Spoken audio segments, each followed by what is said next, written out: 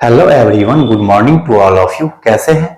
उम्मीद करते हैं कि अच्छे ही होंगे। क्या है कि मैं आज आप लोगों को ये रेलवे एग्जाम 2024-25 में जो होने वाला है, जिसमें क्या क्या होता है, ALP, technician, NTPC, group D और आरपीएफ, यानी रेलवे के तहत इतना एग्जाम होता है।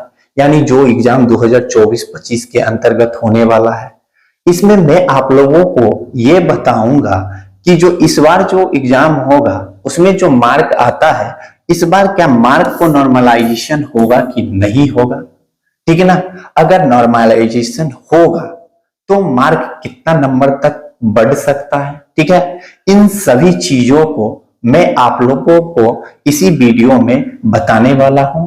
और साथ में जो है ना, परसेंटाइल, यानी आपको जो रिजल्ट आता है ना, तो उसमें परसेंटाइल भी लिखा रहता है, एक रो स्कोर रहता है, एक क्या रहता है, नॉर्मलाइज स्कोर रहता है। तो इसमें परसेंटाइल का मामला क्या होता है, मैं आपको वो भी परसेंटाइल का मामला क्या है, ये सभी चीजों को मैं आपको इस वीडियो में बताने वाला हूं।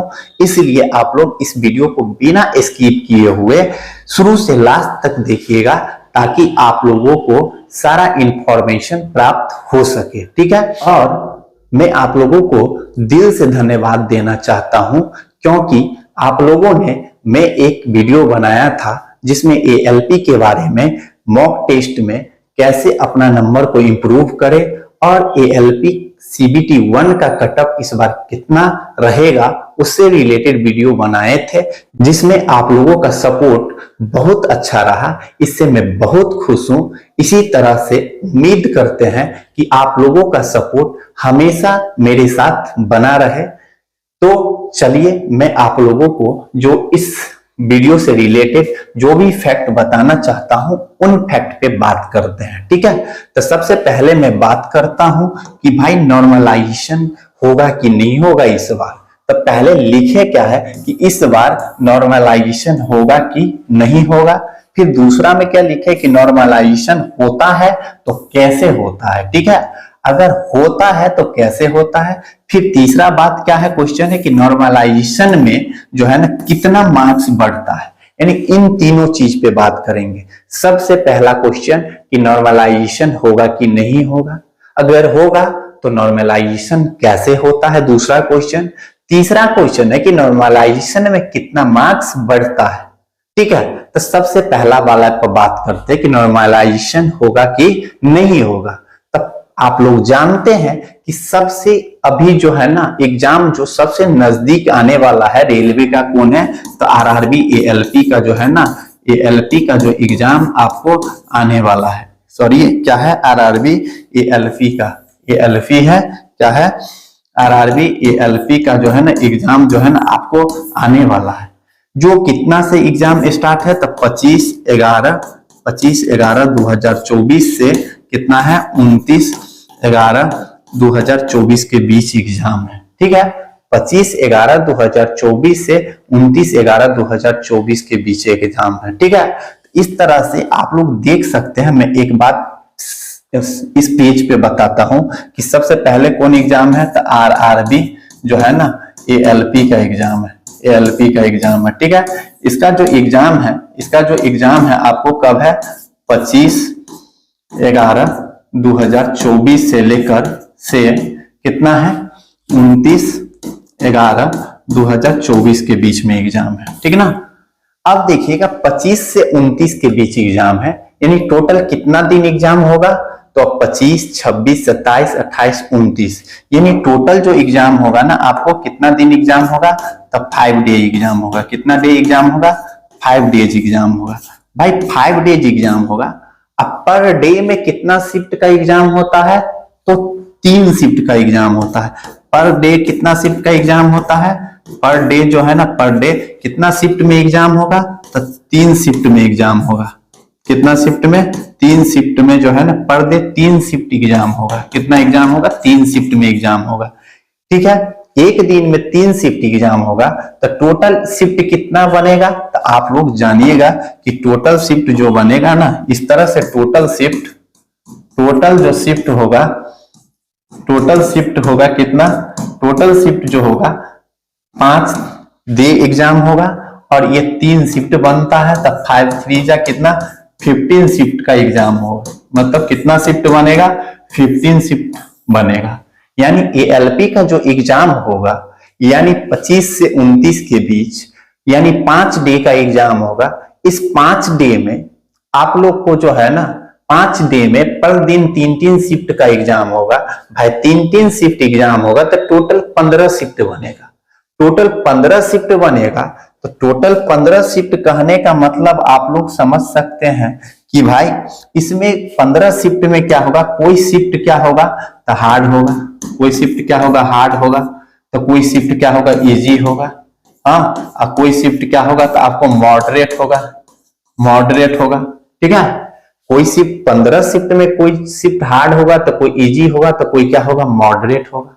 इस तरह से शिफ्ट होगा। तो अब जिसका इजी शिफ्ट होगा वो क्वेश्चन को ज्यादा अटेम्प्ट करेगा, जिसका मॉडरेट होगा तो इजी वाला से कम अटेम्प्ट करेगा, जिसका हार्ड शिफ्ट होगा वो सबसे कम अटेम्प्ट करेगा। तो ऐसे केस में क्या नॉर्मलाइजेशन करना अति आवश्यक होता है, नॉर्मलाइजेशन होगा। कोई कह रहा है YouTube चैनल पे, हम बहुत सारे वीडियो देखे कि इस बार नॉर्मलाइजेशन नहीं होगा, नंबर नहीं बढ़ेगा। ये कोई मामला नहीं है, क्योंकि एग्जाम जो होगा, ये देख रहे 15 शिफ्ट में एग्जाम हो रहा है। 15 शिफ्ट में जब एग्जाम हो रहा है तो आप लोग खुद समझ सकते हैं, क्योंकि इस 15 शिफ्ट सभी शिफ्ट जो एक लेवल का नहीं होगा, कोई शिफ्ट इजी होगा तो कोई शिफ्ट हार्ड होगा, तो कोई शिफ्ट क्या होगा मॉडरेट होगा। तो ऐसे केस में नॉर्मलाइजेशन का होना अति आवश्यक हो जाता है। नॉर्मलाइजेशन होगा, 100% होगा। ठीक है, तो ये जो कोई कह रहा है कि नॉर्मलाइजेशन नहीं होगा, तो नॉर्मलाइजेशन होगा।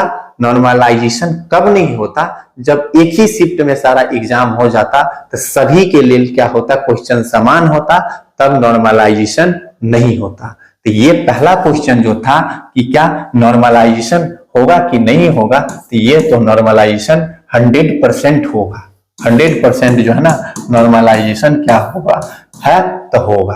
भाई अब नॉर्मलाइजेशन जो होता है वो कैसे होता है, दूसरा क्वेश्चन है। होता है तो नॉर्मलाइजेशन में कितना मार्क्स बढ़ता है, तो इन दोनों क्वेश्चन का मैं एक साथ आंसर जानूंगा। ठीक है, तो चलिए चलते हैं इन दोनों क्वेश्चन पे। तो आप लोग को बताएं कि नॉर्मलाइजेशन होता है तो कैसे होता है, तो इस नॉर्मलाइजेशन का क्या है क्राइटेरिया, इसका क्राइटेरिया क्या होता है।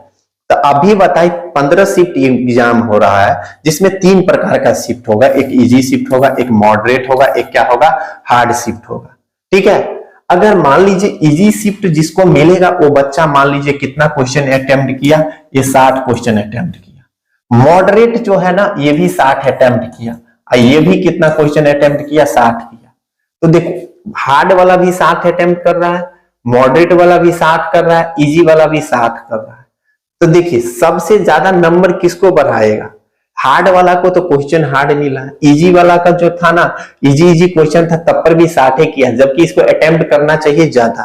तो हार्ड जो इसका शिफ्ट है ना उसका नंबर ज्यादा नॉर्मलाइज करता है, मॉडरेट है उससे कम करता है, इजी शिफ्ट है तो सबसे कम नॉर्मलाइज करता है। समझ गए। अगर मान लीजिए किसी को जो है ना तीनों शिफ्ट में जो है ना कितना कितना मार्क लाया, हार्ड शिफ्ट में कोई बंदा लाया 60, मॉडरेट में 60, इजी में 60, इसमें अगर मान लीजिए नॉर्मलाइज कितना करके 10 नंबर को बढ़ा रहा है, इसमें आपको बढ़ाएगा कितना 5 से कितना 8 नंबर को बढ़ाएगा। यानी इसमें 10 नंबर बढ़ाएगा तो इसमें 5 से 8 बढ़ाएगा, और इसमें कितना बढ़ाएगा तो आपको 2 से कितना नंबर के बीच बढ़ाएगा 5 नंबर के बीच। यानी इजी शिफ्ट में 2 बढ़ा सकता है या 3 नंबर बढ़ा सकता है या 4 या 5 नंबर के बीच बढ़ाएगा। अब मॉडरेट में 5 से 8 के बीच बढ़ाएगा, और हार्ड में 10 बढ़ाएगा। यानी इस तरह से जो है ना अगर 60 अटेम्प्ट करने वाला है, इस प्रकार जो नंबर हो जाएगा आपको कितना नंबर हो जाएगा, इसको जो हो जाएगा आपको कितना 70 मार्क होगा, तो इसको कितना मान लीजिए 7 किया तो इसको 67 होगा, इसको जो होगा ना 3 किया तो 63 होगा।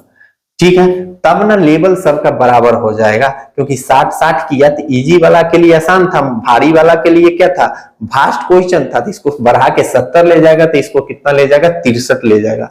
इस तरह से जो है ना नॉर्मलाइजेशन होता है, शिफ्ट के आधार पे होता है। अगर शिफ्ट आपका जो है ना आपके शिफ्ट का जो क्वेश्चन का लेवल हार्ड है तो नॉर्मलाइजेशन ज्यादा होगा, अगर मॉडरेट है तो उससे कम होगा। अगर आपके शिफ्ट का जो है ना क्वेश्चन का लेवल इजी है तो आपका नंबर जो है ना नॉर्मलाइजेशन कम होगा। ठीक है, इस तरह से आप लोग नॉर्मलाइजेशन के बारे में सारा कॉन्सेप्ट समझ गए।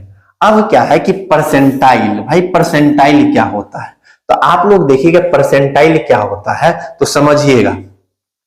परसेंटाइल क्या होता है, मान लीजिए जो है ना अभी एएलपी में टोटल फॉर्म कितना है, 19 लाख फॉर्म गिरा है। कितना, 19 लाख जो है ना फॉर्म जो है ना भराया है, 19 लाख फॉर्म भराया है। ठीक है, इसमें से मान लो कुछ बच्चा जो अब्सेंट होगा, कुछ बच्चा क्या होगा, अब्सेंट होगा। भाई कुछ बच्चा अब्सेंट हुआ, मान लीजिए 5 लाख बच्चा अब्सेंट हो गया, तो इसमें जो है ना प्रेजेंट जो है ना प्रेजेंट जो है ना प्रेजेंट हुआ कितना, 14 लाख बच्चा हुआ। कितना बच्चा हुआ, 14 लाख बच्चा प्रेजेंट हुआ। 14 लाख बच्चा प्रेजेंट हुआ। ठीक है, अब इस 14 लाख बच्चा प्रेजेंट हुआ तो 14 लाख बच्चा का कुछ कुछ नंबर तो आएगा, किसी का 10, किसी का जैसे 75 में तो किसी का 75, किसी का 70, किसी का 40, किसी का 30 को नंबर आएगा। 14 लाख बच्चा प्रेजेंट है। अब मान लीजिए कोई एक बंदा है, मान लीजिए क्या है, राजू। क्या है, राजू। इसका जो है ना 99 परसेंटाइल आया। कितना, 99 परसेंटाइल आया। भाई 99 परसेंटाइल का मतलब क्या हो गया कि जो राजू है ना, यानी जितना 14 लाख बच्चा है इसमें से 1%, इसका 14 लाख बच्चा में से 1% बच्चा से ये राजू क्या है, पीछे है। 1% बच्चा से क्या है, राजू क्या है, पीछे है। यानी 14 लाख का 1% निकालेंगे तो इसका जो है ना 1% कितना होगा, 1% डबल जीरो कटेगा, यानी कितना हो जाएगा, 14,000 होगा। कितना होगा, 14,000। यानी जो राजू का अगर कितना परसेंटाइल आया, 99 परसेंटाइल आया, तो ये जो है ना 14,000 बच्चा से ये पीछे है। यानी राजू का जो है ना नंबर 14,000 बच्चे से कम मार्क है। यानी इससे ज्यादा मार्क कितना बच्चा का है, 14,000 बच्चा का है। यानी ये जो है ना 14,000 बच्चा से क्या होगा, पीछे होगा। क्या होगा, ये 14,000 बच्चा से पीछे होगा। ठीक है, यही परसेंटाइल होता है। समझ गए, मतलब परसेंटाइल का मतलब भी आप लोगों को सारा कुछ समझा दिए। तो इस वीडियो से रिलेटेड जो भी फैक्ट था मैं आप लोगों को सारा कुछ बता दिए। और आप लोगों को ये कंटेंट थोड़ा भी अच्छा लगा होगा तो इस वीडियो को लाइक कीजिए और ज्यादा से ज्यादा शेयर कीजिए, ताकि जो है ना जिन लोगों को ये जो है ना कॉन्सेप्ट नहीं पता होगा उनको भी पता चल सके। तो चलिए मिलते हैं नेक्स्ट वीडियो, नेक्स्ट सेशन के साथ, नेक्स्ट टॉपिक के साथ। तब तक के लिए धन्यवाद। Thank you so much.